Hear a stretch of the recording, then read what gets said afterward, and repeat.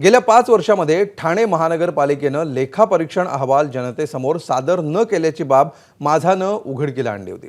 त्यानंतर पालिका खडबडून जागी झाली आहे। 2020 ते 24 पर्यंतचं लेखापरीक्षणाचं कामकाज पूर्ण झालं असून लवकरच अहवाल सादर केला जाणार असल्याचं पालिकेनं म्हटलंय। दरम्यान लेखापरीक्षणाच्या कामाला विलंब झाल्याचं पालिकेनं मान्य केलंय। निवडणुकांच्या कामांमध्ये कर्मचारी अडकल्यामुळे विलंब झाल्याचं स्पष्टीकरण पालिकेकडून देण्यात आलंय। तर मार्च 2025 आणि डिसेंबर 2025 ही दोन्ही उद्दिष्ट नियत वेळेमध्ये पूर्ण करण्यात येतील असं मुख्य लेखापरीक्षक दिलीप सूर्यवंशींनी स्पष्ट केलंय। याविषयी अधिक माहिती घेऊया। आमचे प्रतिनिधी अक्षय भाटकर सध्या आपल्या सोबत आहेत। अखेर अक्षय, खुलासा करण्यात आलेला आहे, नेमका काय खुलासा करण्यात आलेला आहे आणि कशी प्रक्रिया आता होणार आहे पुढे? आपण आकडेवारीसह संपूर्ण माहिती जी आहे, संपूर्ण बातमी जी आहे ती सगळ्यांसमोर ठेवली होती, महाराष्ट्रासमोर ठेवली होती आणि त्याच आकडेवारीच्या आधारावरच आपली ही बातमी होती।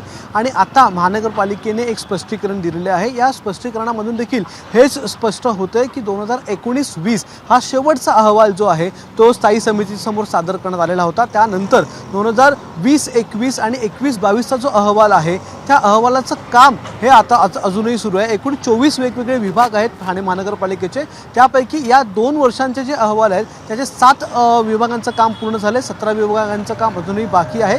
तर 2022-23 आणि 23-24 ही जी 2 आर्थिक वर्ष आहेत त्यांचं काम अजूनही सुरू आहे। ते काम अजूनही कोणत्याही विभागाचं पूर्ण झालेलं नाही आहे। याचाच अर्थ गेल्या म्हणजे 2020 ते 2024 पर्यंतचा जो एकूण लेखापरीक्षण 4 अहवाल आहेत जे येणं अपेक्षित होतं, जे नागरिकांपर्यंत दरवर्षी अर्थसंकल्प सादर करण्याच्या आधी येणं अपेक्षित होतं, ते अजूनही पोहोचलेले नाही आहेत। आणि याचं कारण देखील स्वतः महानगरपालिकेने सांगितलेलं आहे, ते म्हणजे 2024ला ज्या लोकसभेच्या निवडणुका होत्या त्याचबरोबर 2024मध्ये विधानसभेच्या देखील निवडणुका होत्या। या निवडणुकीच्या कामांमध्ये अनेक कर्मचारी जे आहेत ते व्यस्त होते आणि त्याच्यामुळे या लेखापरीक्षण अहवालांना नागरिकांपर्यंत सादर करण्यासाठी उशीर झालेला आहे असं पालिकेचं म्हणणं आहे। त्यामुळे स्वतःच ठाणे महानगरपालिकेने अशा प्रकारे स्वतःची ही जी चूक आहे किंवा हे लेखापरीक्षण अहवाल नागरिकांपर्यंत पोहोचवले नसल्याचं मान्यच केलेलं आहे आणि अजूनही याच्यावर काम हे बऱ्याच विभागांमध्ये सुरू आहे। हे देखील स्वतः ठाणे महानगरपालिकेने दिलेल्या प्रेस नोटमध्ये स्पष्टीकरणामध्ये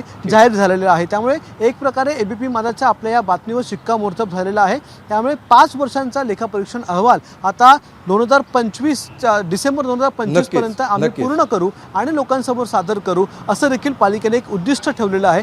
हे उद्दिष्ट तरी ठाणे महानगरपालिका पूर्ण उद्दिष्ट करते काय बघणं महत्त्वाचं असेल। धन्यवाद तूर्त या सविस्तर माहितीबद्दल अक्षय। एबीपी माझा, उघडा डोळे बघा नीट।